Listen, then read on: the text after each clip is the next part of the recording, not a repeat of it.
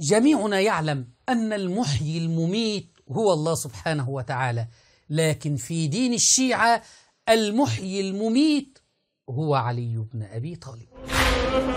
الموت الحقيقي هو الموت المعنوي.